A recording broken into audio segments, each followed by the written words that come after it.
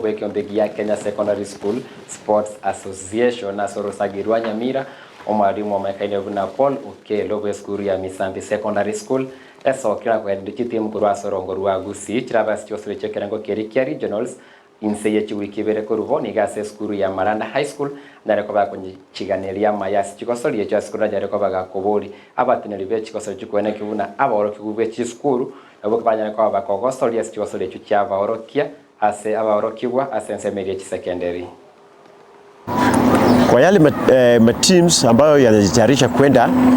kwa Lake Region from kutokea tarehe 18 mpaka tarehe 24 mwezi wa 7 na watakia ushindi, lakini ushindi haukuji kwa njia rahisi. Lazima mujikakamue, lazima mfanye mazoezi vilivyo na watakia mema. Wale waamuzi wawe wale ambao wamehitimu,